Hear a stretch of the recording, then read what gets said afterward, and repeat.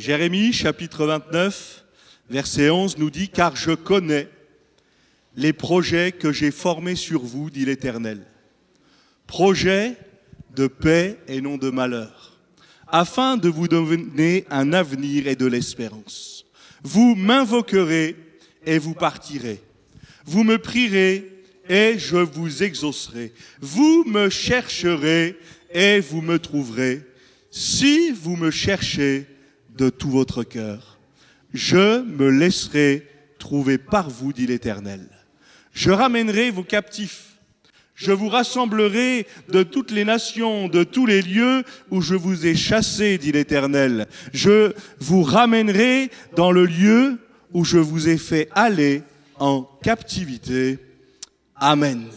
Alors bien sûr, il s'agit ici, et vous le savez, d'un texte prophétique, puisqu'il est question en particulier du peuple juif qui va revenir dans sa terre natale, mais je crois que nous pouvons prendre ce texte également pour nous. Dieu connaît nos projets.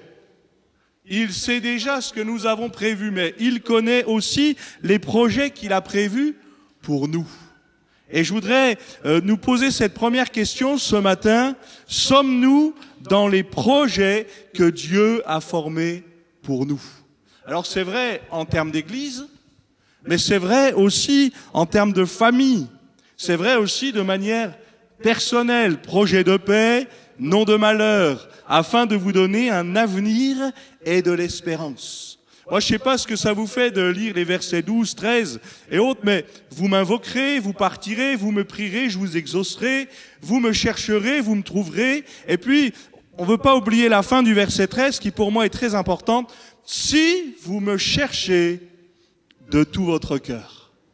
Et là, ça nous rappelle ce texte qui dit « Fais de l'Éternel tes délices, et il te donnera ce que ton cœur désire. » C'est pas simplement « Seigneur, je fais mes projets, et puis je te rajoute dedans, puis on verra bien ce qui se passe. » C'est « Seigneur, montre-moi tes projets. » Le contexte de cette parole de Jérémie, c'est pas un contexte facile. Le peuple est en exil, le peuple est loin de sa terre, il a peut-être perdu courage, il a peut-être perdu patience, mais il a surtout perdu de vue le Seigneur. Et alors que le Seigneur avait donné des ordres, des manières de fonctionner, ils n'ont pas suivi. Et ce que le Seigneur cherche au travers de ces quelques paroles, c'est simplement un recalibrage. Et de dire, ne m'oubliez pas dans vos affaires. N'oubliez pas que si vous voulez être béni et avoir ma bénédiction, parce que être béni, c'est avoir sa bénédiction, hein. C'est pas seulement avoir plein d'argent, avoir plein de richesses, c'est pas ça la bénédiction de Dieu. La bénédiction de Dieu, c'est de l'entendre nous dire « Je serai avec toi ». Parce que si nous sommes dans un projet, parfois je peux être béni, je peux avoir l'impression d'être béni en étant riche, en ayant tout qui va bien, mais Dieu ne peut parfois pas être dans ce projet-là. Et j'ai besoin d'aller chercher auprès de Dieu s'il valide ce que je suis en train de faire ou pas. Actes chapitre 13, on va lire encore quelques passages. Cette fois-ci, c'est concernant l'Église. Actes chapitre 13.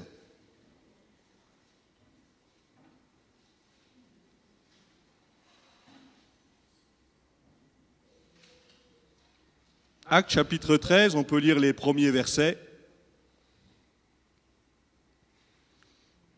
Il y avait, Actes chapitre 13, verset 1er, dans l'église d'Antioche, des prophètes, des docteurs, Barnabas, Siméon, appelé Niger, Lucius de Cyrène, Manaën, qui avait été élevé avec Hérode le tétrarque, et Saul. Pendant qu'ils servaient le Seigneur dans leur ministère et qu'ils jeûnaient, le Saint-Esprit dit « Mettez-moi à part Barnabas et Saul pour l'œuvre à laquelle je les ai appelés. » Alors, après avoir jeûné et prié, ils leur imposèrent les mains et les laissèrent partir. Barnabas et Saul, envoyés par le Saint-Esprit, descendirent à Séleucie, et de là ils s'embarquèrent pour l'île de Chypre. Arrivés à Salamine, ils annoncèrent la parole de Dieu dans les synagogues des Juifs.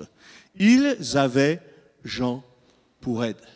Je m'arrête là dans la lecture, gardez le livre des Actes ouvert, on va relire quelques versets dedans. Mais ce second verset nous parle de « Pendant qu'ils servaient le Seigneur, qu'ils jeûnaient, le Saint-Esprit dit « Mettez-moi à part Barnabas et Saul ». Là, nous avons l'idée du Saint-Esprit qui parle. Est-ce que le Saint-Esprit parle encore aujourd'hui ? Est-ce qu'il parle encore à nos cœurs ? Est-ce qu'il nous interpelle encore comme lui seul sait le faire ? Est-ce que le Saint-Esprit parle ? Je peux répondre oui.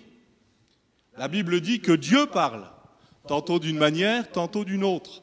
Mais dans le livre de Job, il est rajouté ces quelques mots, « L'homme n'y prend point garde ». Est-ce que je recherche, et est-ce que nous recherchons, c'est vrai en tant qu'Église, mais c'est vrai de manière personnelle, l'aval du Saint-Esprit dans nos projets ? Est-ce que je prends le temps, quand je prie, de parler au Seigneur ? Ça me paraît logique, hein ? Mais est-ce que je prends le temps aussi d'écouter le Seigneur ?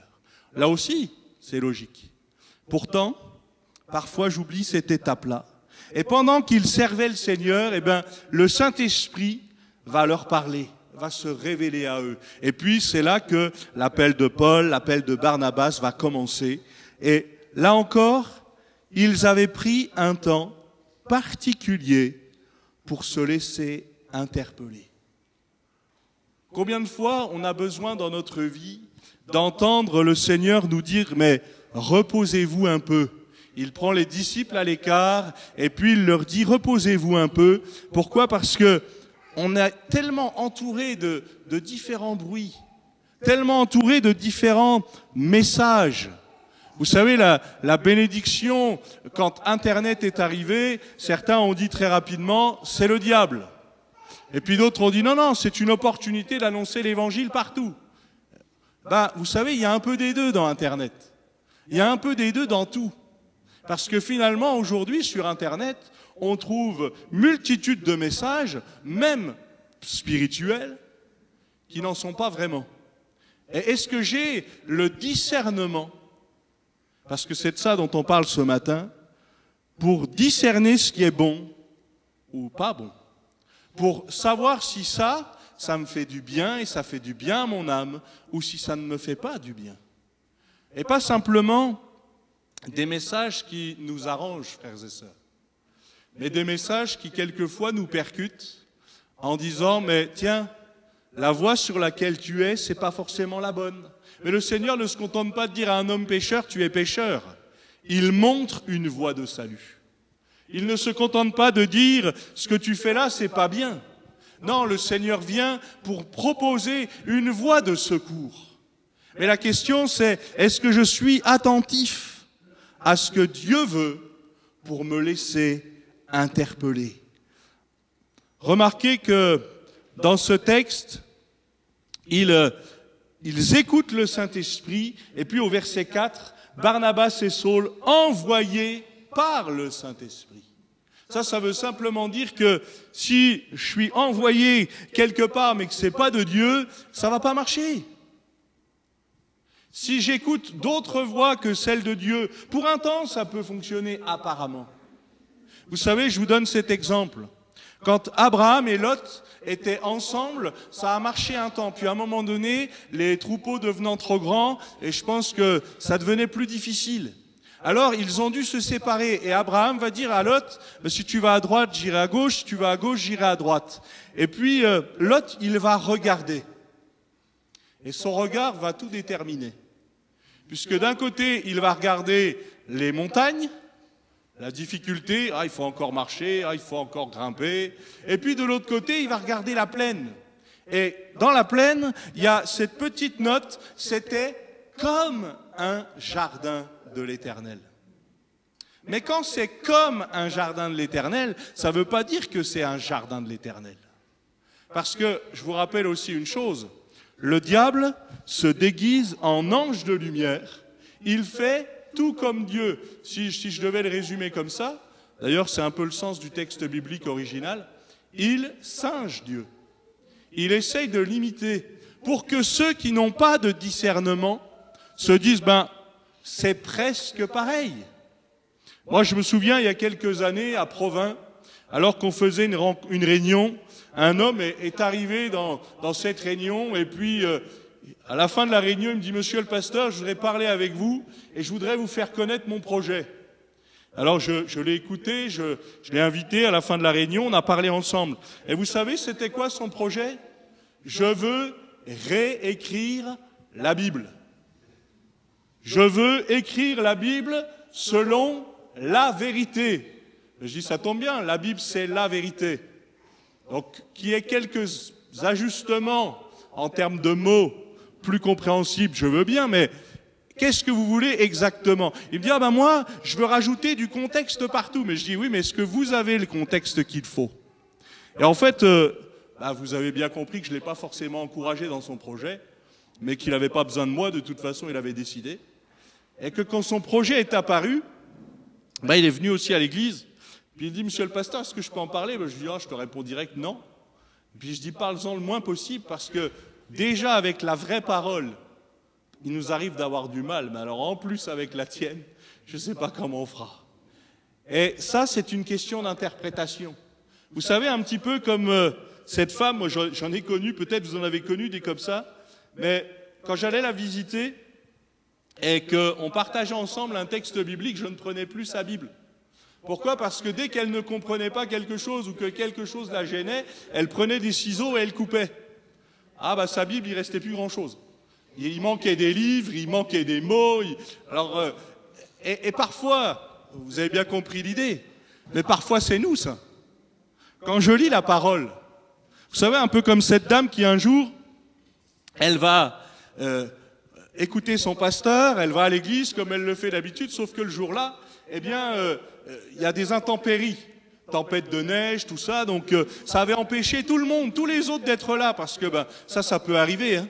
Et puis, elle vient, elle s'installe, et elle écoute le pasteur, et à la fin du message, elle dit au pasteur, c'était super. S'ils avaient entendu, ils auraient compris le message. Parce que pour elle, dès qu'elle entendait quelque chose, c'était toujours pour les autres. Mais peut-être que ce matin, le Seigneur veut aussi interpeller chacun d'entre nous, et pas forcément en mal, mais de dire à quelqu'un, mais tu vois, je suis aussi capable de te parler. Je sais comment le faire. Le Seigneur ne parle pas forcément aux uns et aux autres de la même manière. Il a tout pouvoir, il fait ce qu'il veut. Mais est-ce que je me laisse encore interpeller par ce qu'il veut me dire? Prenez un autre texte, je vous l'ai dit dans les Actes, Acte 16.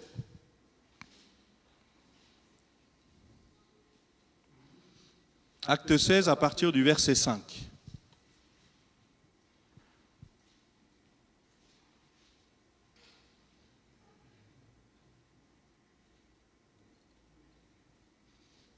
Acte chapitre 16, verset 5, il est dit « Les églises se fortifiaient dans la foi et augmentaient en nombre de jour en jour.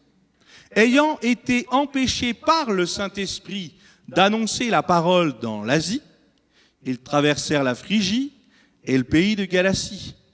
Arrivés près de la Mysie, ils se disposaient à entrer en Bithynie, mais l'Esprit de Jésus ne leur permit pas. Ils franchirent alors la Mysie et descendirent à Troas pendant la nuit. Paul eut une vision. Un Macédonien lui apparut et lui fit cette prière.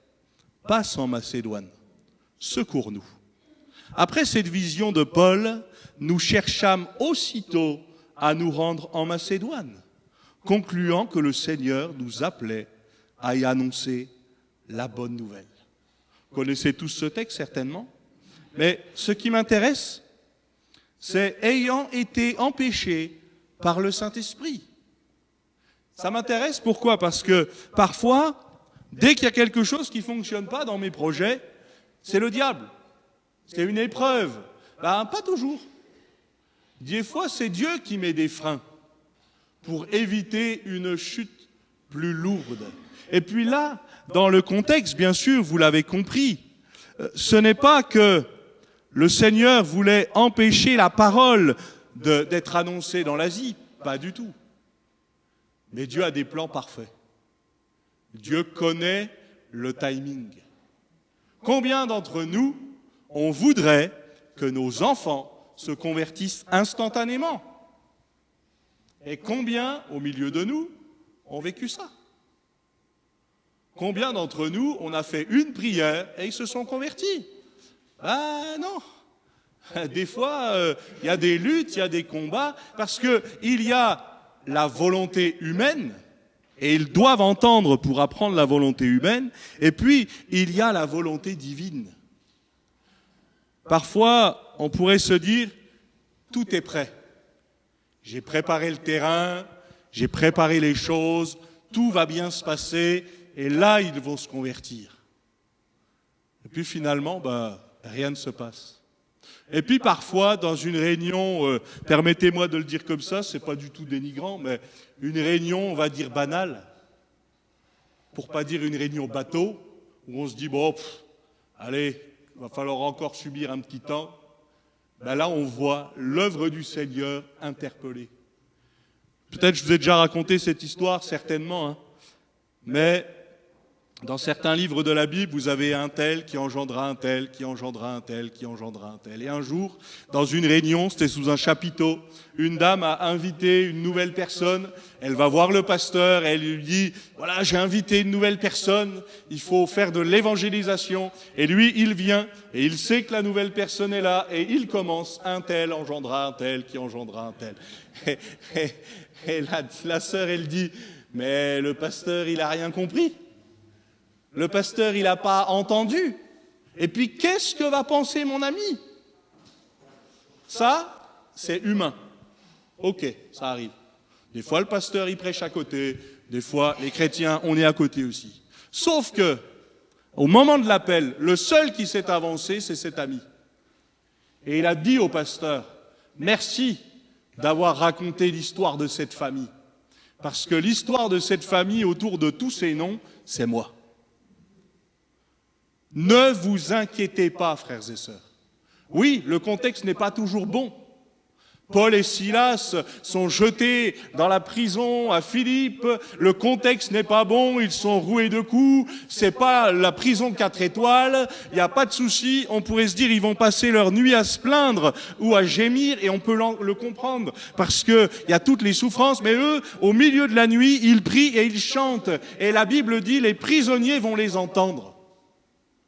Et la vie de cette prison et des gens de cette prison a complètement été transformée. Jusqu'aux gardiens de prison. Moi, vous savez, pendant longtemps, on est allé avec l'église de Nancy chanter dans la prison là-bas. On a souvent été invités et puis et on se rappelait simplement avant d'y aller que nous ne chantions pas seulement pour les détenus. Nous chantions aussi pour les gardiens. Et nos prières montaient vers Dieu pour dire, Seigneur, touche-les.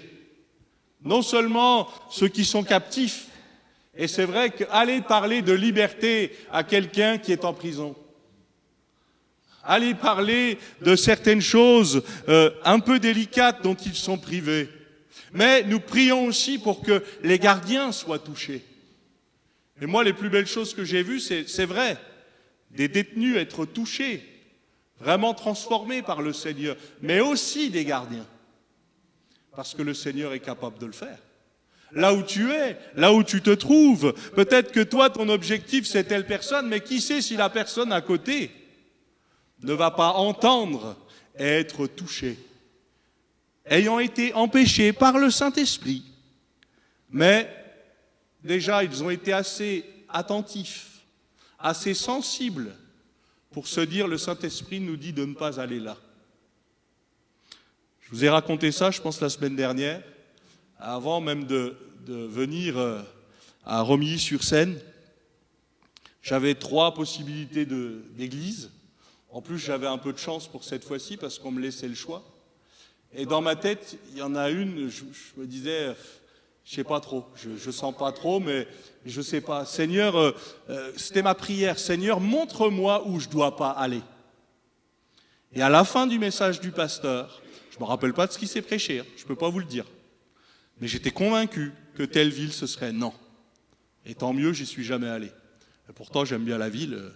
C'est Grenoble pour ne pas vous la citer. Nathan, c'est maintenant Nathan qui y est, mais j'ai failli y travailler, finalement, j'y suis pas allé.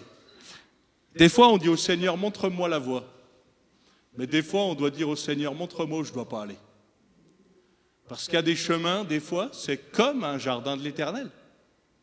Mais ça n'en est pas. Ça ressemble. Ok, c'est ce que le diable fait, comme je vous ai dit. Alors, encore une fois, hein, ne voyez pas tout en noir ou tout en blanc, c'est pas ça l'idée. C'est la sensibilité de l'esprit. Être sensible au Saint-Esprit pour faire ce qu'il me commande de faire au moment où je dois le faire. Parce que ça, c'est pas facile.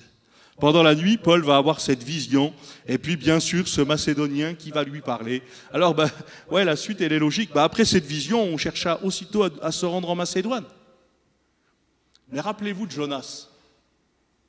Jonas, il reçoit le message de la part de Dieu. Va à Ninive. Va annoncer la parole. Annonce-leur le jugement. Mais annonce-leur aussi le salut, s'ils se repentent. Et Jonas, quand il va comprendre le message, et ce n'est pas une erreur entre guillemets, de la part de Dieu, Jonas a bien compris le message. Quand Jonas a entendu « va à Ninive », lui, il va à Tarsis. Comme nous, des fois, on fait. J'ai bien compris, Seigneur. Tu me demandes d'aller là, moi je vais de l'autre côté. Et après, on s'étonne que les choses ne se passent pas comme il faut. Bon, le Seigneur, lui, il est tout puissant, il a amené un poisson, je ne sais pas si c'était une baleine ou autre chose, on a souvent parlé de la baleine et de Jonas, la Bible n'en parle pas vraiment. Quelqu'un a dit un jour que le problème n'est pas que le poisson ait avalé Jonas, mais c'est qu'il l'ait recraché en entier. Parce que dans le système digestif des gros poissons, ça ne se passe pas comme ça. Mais Jonas a été non seulement recraché vivant, mais recraché au bon endroit. Il ne voulait pas y aller, lui. Mais Dieu avait un plan. J'aurais aimé, je vous avoue, j'aurais aimé voir comment Jonas a prêché là-bas. Parce que lui, il voulait la perte de ces gens-là. Donc il n'a pas dû être très motivé pour prêcher. Hein. Surtout pour dire, si vous vous repentez, ça peut changer. Oui, il a dû annoncer le jugement. Vous allez le payer. Parce que quand vous lisez Jonas, même ça se termine un peu bizarrement. Hein. Il y a l'histoire du ricin, il a dû apprendre aussi. Mais finalement, Dieu a fait grâce, comme il est capable de nous faire grâce à nous, même aux plus durs d'entre nous. Et peut-être là aussi, j'ai besoin de me laisser interpeller, Seigneur, moi, je dois faire ce que tu me demandes, pas plus, pas moins, toi tu feras le reste. L'un sème, l'autre moissonne, mais celui qui fait croître, c'est toujours Dieu. Dieu sait, lui. Vous connaissez, vous, le timing? Vous connaissez, vous, les bonnes recettes? Il suffit que je lui dise tel mot, il suffit que je lui annonce de telle manière. Ça ne marche pas comme ça. Ça ne marche pas comme ça. Pour ça, il nous faut l'Esprit de Dieu, qui, lui, convainc les cœurs. Il les convainc de quoi? Il les convainc de péché, de justice et de jugement. Mais sachons aussi nous laisser convaincre de l'amour de Dieu. Peut-être que tu as manqué d'amour, peut-être que tu as à chaque fois été déçu par tout l'amour que tu pensais recevoir, mais qui n'a jamais été donné comme tu le pensais. Et pourtant, quand l'amour de Dieu rentre dans un cœur, elle le comble parfaitement.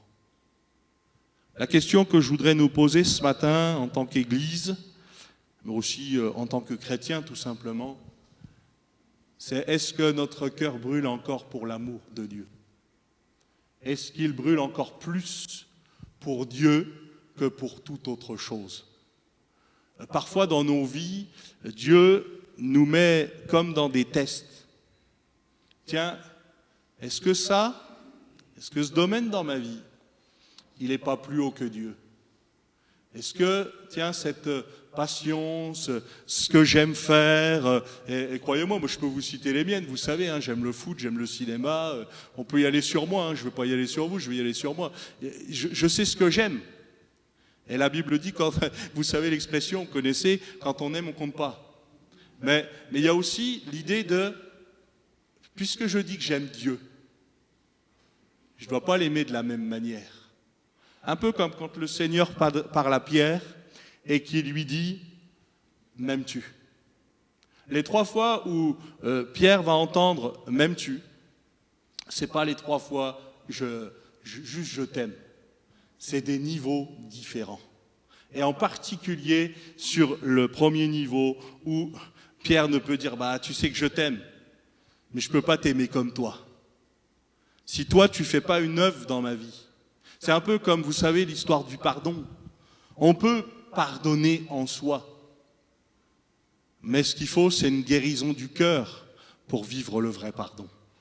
On peut dire de belles paroles, mais pour que notre cœur soit changé radicalement, il nous faut l'Esprit de Dieu. Si nous ne l'avons pas lui, ça peut être une délivrance ou une chose qui va durer quelque temps, mais ça ne sera pas durable. Peut-être vous partagez encore cette dernière parole. Psaume 143, versets 8 à 10.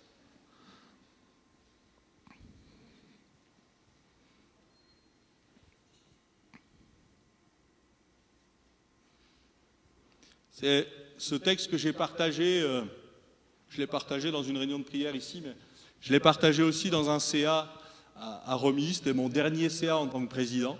J'ai bientôt fini, cette année, ce mois-ci, là, j'enchaîne 5 assemblées générales et je laisse plusieurs casquettes et c'est tant mieux.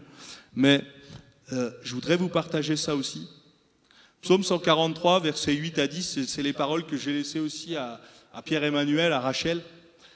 Fais-moi dès le matin entendre ta bonté, car je me confie en toi.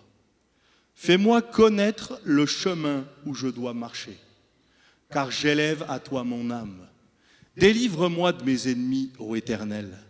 Auprès de toi, je cherche un refuge. Enseigne-moi à faire ta volonté, car tu es mon Dieu. Et je veux insister très courtement, je termine avec ça. Fais-moi dès le matin entendre ta bonté. Vous avez compris l'idée? Ce n'est pas juste l'idée du matin, c'est fais-moi d'abord entendre ta voix. Parce que des voix, je vais en entendre. Et je ne vous parle pas que de Jeanne d'Arc. Mais on en entend des voix. On entend des voix qui nous déplaisent, on entend des voix qui nous plaisent. Mais ce que nous voulons surtout, je crois qu'on est tous d'accord, c'est entendre la voix de Dieu. Pour être sûr d'être sur le bon chemin. Fais-moi dès le matin, et comprenez comme je vous dis l'idée, fais-moi d'abord entendre ta bonté. Et puis, fais-moi connaître le chemin où je dois marcher. J'ai le droit d'avoir des projets, on en a tous. Mais Seigneur, fais-moi connaître le chemin où je dois marcher. Et montre-moi, regarde, si je suis sur une mauvaise voie. Vous connaissez ce cantique, mais c'est dans la parole de Dieu. Regarde si je suis sur une mauvaise voie et conduis-moi sur la voie de l'éternité. Parce que des fois, je prends des chemins qui ne sont pas conformes à la parole de Dieu. Ta parole est une lampe à mes pieds et une lumière sur mon sentier. Psaume 119, verset 105. Fais-moi dès le matin, fais-moi connaître le chemin. La question n'est pas simplement ça. La question est, quand le Seigneur nous fera connaître le chemin, parce qu'il le fait, et il l'a sans doute déjà fait pour la plupart d'entre nous, si ce n'est tous, comment je réagis? Et je vous prends l'exemple, vous le connaissez, du fils prodigue. Le fils prodigue, il est parti. Personne ne peut me dire ici combien de temps il est parti, la Bible ne le dit pas. Personne ne peut me dire jusqu'où il est allé, la Bible ne le dit pas. On sait juste qu'il est parti avec des richesses, on sait juste que quand il est revenu, il n'avait plus rien. Mais il y a aussi une étape où il s'est laissé interpeller, étant rentré en lui-même. En fait, je pense que dans un certain domaine de sa vie, dans un certain laps de temps de sa vie, il avait perdu de vue Dieu. Mais à un moment donné, il s'en est souvenu. Et c'est là où, quelque part, Dieu est en train de l'interpeller en disant « Mais combien d'ouvriers chez mon père ont du pain en abondance? Et moi, je suis là et j'ai rien du tout. Je suis fils de la maison, et moi, j'ai rien parce que je me suis éloigné de la maison. » Vous savez, parfois, Prenez l'exemple de manière humaine. Mais plus vous voudrez entendre Dieu vous parler, plus vous devrez vous rapprocher de lui. C'est bête, hein? Mais parfois, si je ne l'entends plus, ou si je l'entends différemment, c'est peut-être parce que je me suis éloigné de lui. Parce que l'inverse ne peut pas être vrai. Dieu ne s'éloigne pas de nous. C'est nous qui nous éloignons de lui. Je prends cet exemple, ce sera le dernier de la matinée pour, en tout cas, ce temps de culte. Rappelez-vous d'Adam et Ève. Ils vont manger le fruit défendu, et puis Dieu va venir dans le jardin, et il va les chercher. Mais où es-tu? Tu te trouves où? Et on pourrait se dire, ben, c'est Dieu. Pourquoi il pose la question? Il sait tout, il voit tout, il connaît tout. Oui, c'est vrai, il le savait. Il n'a rien appris. Il savait très bien leurs conditions. Mais ce qui est important, c'est que Dieu nous laisse parler. Dieu nous laisse aussi nous dévoiler. Il y avait cette communion jusqu'à ce que le péché vienne et enlève cette communion. Et ça, c'est pas seulement pour Adam et Ève, ça peut être valable pour chacun d'entre nous. Parfois, si vous me permettez de le dire comme ça, mais la relation avec Dieu, elle est brisée, elle est cassée, elle est coupée.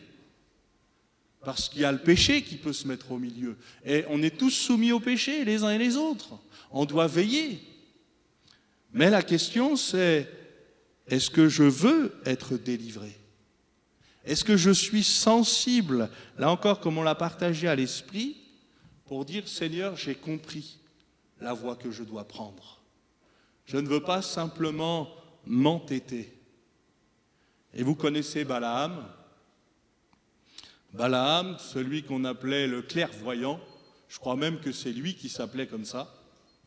Eh bien, alors parfois certaines traductions nous disent Balaam le prophète. D'autres traductions, je trouve ça plus juste, nous l'appellent le devin. Et en fait, Balaam, vous connaissez l'histoire, avec cette ânesse qui s'est mis à parler, avec cette ânesse qui plusieurs fois a voulu sauver sa vie et a voulu sauver la vie du prophète.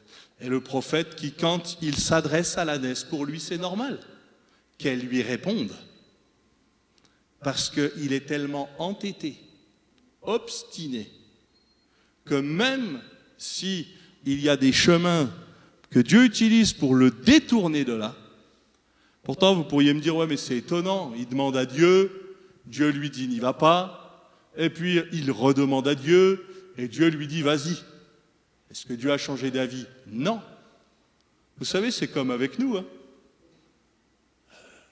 Si on demande à Dieu que Dieu nous dit non, et qu'on redemande à Dieu 10 fois, ben Dieu va dire fais comme tu veux. T'as ma position. Mais si tu veux y aller, vas-y. Puis il utilise l'ânesse. Finalement, ça ne marche pas. Il continue quand même. Et puis on pourrait se dire, tiens, il n'a quand même pas maudit le peuple de Dieu. C'est déjà bien. Oui, mais il a donné quelques astuces. Et ça a fait beaucoup de dégâts dans la suite. Tout ça parce qu'il n'a pas voulu entendre le message. Et peut-être que dans notre vie, on a besoin aussi de ça. Seigneur, fais-nous comprendre le message. Seigneur, rends-nous attentifs au message. Il y a des fois, j'ai bien compris ce que je dois faire. Mais il faut que je le fasse. Je termine en vous disant, où en est ma relation avec Dieu? Est-ce que je suis plus proche de Dieu que quand je me suis converti? Est-ce que je suis plus proche de Dieu aujourd'hui qu'hier? Est-ce que je travaille à avoir une meilleure relation avec Dieu ou pas? Où en est ma relation avec le Saint-Esprit? Est-ce que je me laisse encore interpeller? Est-ce que je vais plonger mon regard dans les Écritures? Parce que je vais quand même vous dire quelque chose d'important, pourtant basique. Quand vous recevez quelque chose qui vous semble être de la part de Dieu, allez sonder les Écritures. Parce que vous ne recevrez jamais quelque chose de la part de Dieu qui est contraire aux Écritures. Et pourtant, parfois, je ne vais même pas vérifier. Et il y a des choses qui sont vraies, puis il y a des choses qui sont un peu moins vraies. D'où l'importance de ne pas avoir cette parole trop loin de nous. Et comprenez-moi bien, hein, ça c'est la parole faite papier, on est d'accord. Aujourd'hui, au travers de nos téléphones, on peut avoir la parole de Dieu de différentes manières. Et c'est très bien, surtout si on l'ouvre, surtout si on la lit, et surtout si on y est attentif. Parce que si vous avez juste la parole de Dieu avec vous, mais que ça reste fermé, ça ne change rien. Si vous ouvrez la parole, mais que vos oreilles sont fermées, ça ne change rien. C'est pas Seigneur, parle-moi comme j'ai envie que tu me parles. C'est Seigneur, parle-moi comme je dois entendre ta parole. Et ça, c'est vraiment important. Voilà, je termine avec ça. Sur ce message, on termine par la prière. Te remercions, Seigneur, pour ta fidélité. Te remercions pour ton secours. Te remercions pour ta parole. Parce que, c'est vrai, nous l'avons lu, tu connais les projets. Projets de paix, non de malheur. Et même si, aujourd'hui, je peux me trouver dans une situation qui peut être appelée délicate, qui peut être appelée conflictuelle, qui peut être appelée sans issue, toi, tu connais. Toi, tu sais. Toi, tu sais exactement ce qu'il me faut au moment où il me le faut. Seigneur, garde-moi dans ta paix jusqu'à ce que ta parole me parvienne. Seigneur, que je sois attentif à cette parole, que je puisse l'accomplir, que je puisse la mettre en pratique avec ton aide. Seigneur, pardon pour toutes les fois où nous avons emprunté un chemin qui n'était pas le tien. Viens, Seigneur, nous parler. Viens, Seigneur, faire ton œuvre au milieu de nous et en nous, pour l'honneur et la gloire de ton nom. Amen. Amen.